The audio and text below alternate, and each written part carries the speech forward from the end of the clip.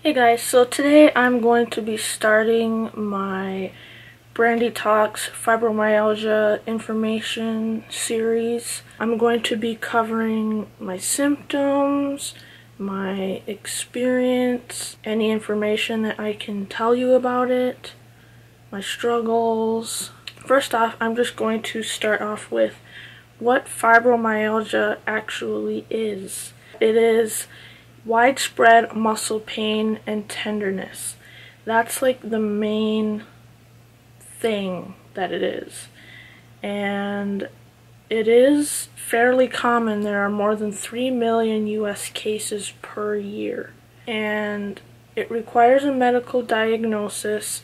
They do a tender point check. I believe there's 11 different tender points on the body, and they lightly press on those points, and you have to get a certain number of those points to hurt, I guess, or feel really tender for you to get the diagnosis. So I got the diagnosis, and you also have to, have some of the other symptoms. So I have quite a bit of symptoms. Some of them may be related to fibromyalgia and some may not. There's no way to really tell. Sorry, my voice is like, I don't know, being weird. There is treatment for it, and I personally take medication.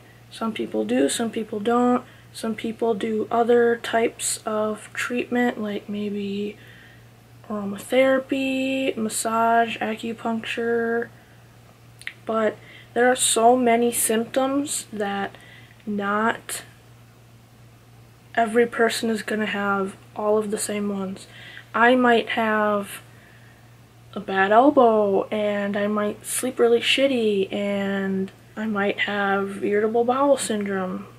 But another person that has fibromyalgia might sleep really good and their elbows might be fine and they don't have irritable bowel syndrome, but they might have symptoms that I don't have. So that's why it's so versatile from patient to patient.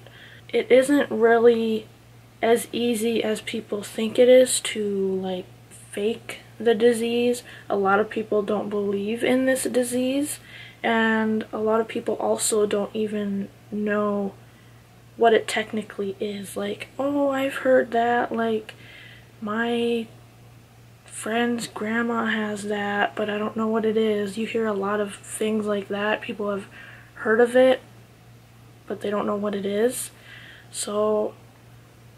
But most people do experience widespread muscle pain, and some can also experience joint pain. A lot of us have problems with sleep, so that's another really big one. And a lot of us have depression, anxiety, or both, which I unfortunately have both. And my medication that I take is actually for depression and fibromyalgia pain, so it's really a good medication for me to be on. It's not a magic pill, it doesn't cure my fibromyalgia, but it definitely helps. Like, I don't even know, I probably would have to be in a hospital of some sort if I did not have that medication. Like, that's how serious it is. But I do take Cymbalta, or duloxetine is the generic name, and I take 120 grams. That is my dose, and I take that once a day.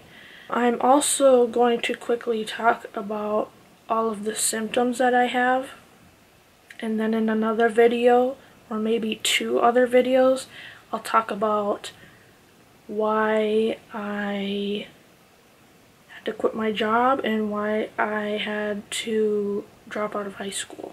I'm going to quickly go over my personal symptoms. So the main one for me is pain, sleep, and mental disorders. So First one, pain. It says can be chronic, can occur at night, diffuse, sharp, or throbbing in the muscles, abdomen, back, elbow, or neck.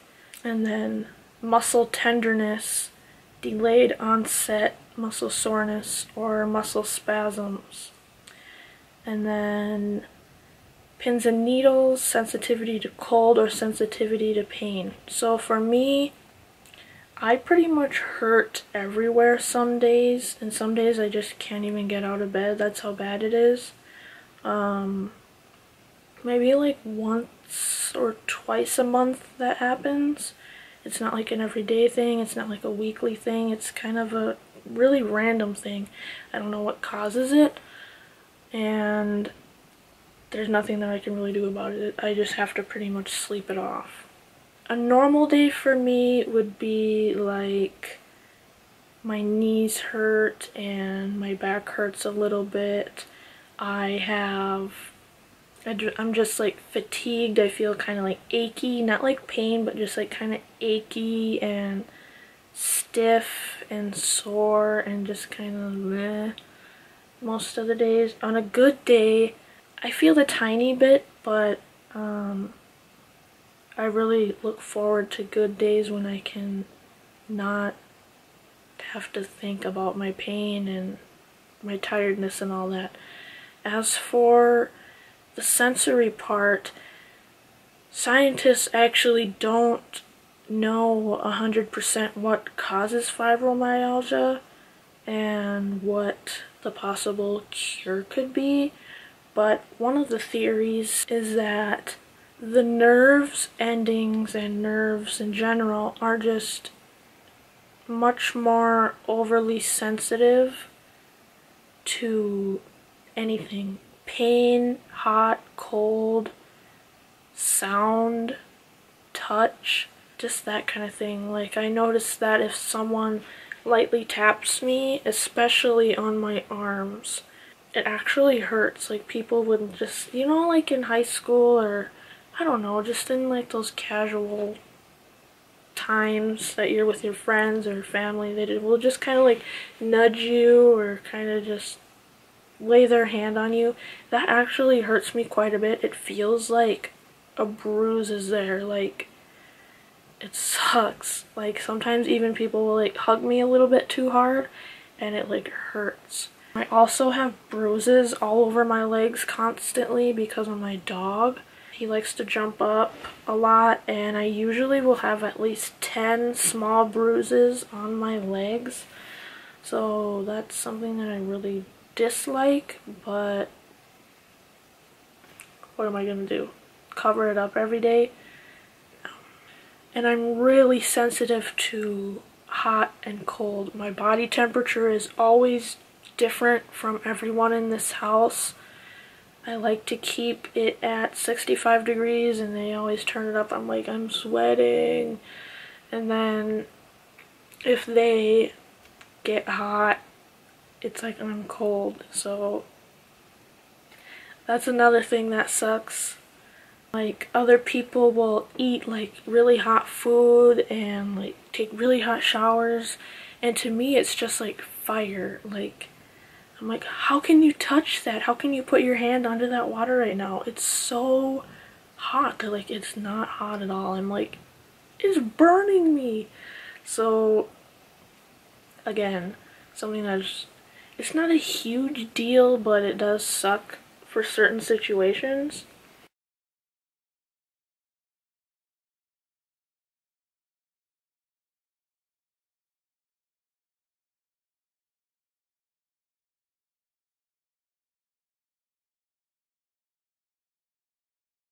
Another thing is I have restless leg syndrome and tinnitus.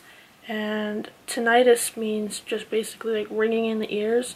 So it is becoming harder for me to film, but it is much better if I'm constantly talking. If there's a part in the video that I'm not talking, I have to have some type of sound on. I usually have my fan on, or my dome, which is a white noise maker, or like the AC or the heater or music. I just have to have some type of sound at all times, otherwise my ears just ring. And I have really odd, like, I can hear really well. Like, other people can't hear the things that I hear. Like, I can hear a watch ticking from across the room. I can hear, like, small, like, shrill noises that other people can't hear. Like, there was a watch that was hidden in a storage box, and it was muffled because there was something wrapped around it. And every night at 12:10 a.m. it would beep for like a whole minute and no one else could hear it. And I'm like, I have to find this freaking watch because it's just driving me nuts because no one else can hear it. And I finally found it, and they thought that I was crazy. And I finally showed them the watch. I'm like, I am not crazy, I could hear this. And they were all like, that's really weird, we couldn't hear it. So yeah, that's something, it's not a bad thing, but it's kind of odd. And the restless leg syndrome, I always have to be moving my feet if I am like sitting down, or like mostly when I'm sleeping or like falling asleep, I have to be like rubbing my feet together or like moving my legs. Probably really irritating for Brandon, but he doesn't really complain about it, which is good because I don't like to sleep alone. Definitely sleep. I have trouble falling asleep. I have trouble waking up. I usually wake up in the night about once or twice. Usually it's for no reason, but other times I have to pee. I pee a lot. I mean, like, frequently. Just because, I'm not sure why. I usually sleep about 11 to 12 hours, and if I don't sleep that much, I'm really tired. And it sucks because I would like to not sleep as much so I can get more stuff done in the day. And I also have to take a nap some days because my medication makes me drowsy after about an hour, and I have to take a little nap, so I sleep even more. Another thing is my cognitive and memory and concentration skills have been so altered over these past 5-6 years that it's really strange. I was starting to think that I had like ADD or ADHD, but I really think it is related to fibromyalgia and what they call fibro fog. Like, sometimes I just cannot remember things. Like, it's bad sometimes. Or I will misplace things, like, a lot. And it was getting really bad towards the end of my high school years. My grades were dropping a little bit because it was just hard for me to remember what I read and learned. Like, honestly, I would study for so long and I couldn't remember any of it, and that really sucked. I probably have a couple of other like minuscule symptoms that I can't think of right now, but I know there are others. Yeah, that's about it. This video is 17 minutes long, and I think that that is long enough for this video, so stay tuned for my other 1 or 2 videos. If you have any questions whatsoever about fibromyalgia or about me, definitely leave it in a comment below and I can answer it in the video. So I hope that you guys enjoyed this, found it informational, kind of shed a little light onto this disease. If you really wanted to, you could donate to fibromyalgia research. That would be really awesome. Thank you for watching, and I will see you in the next video. Bye!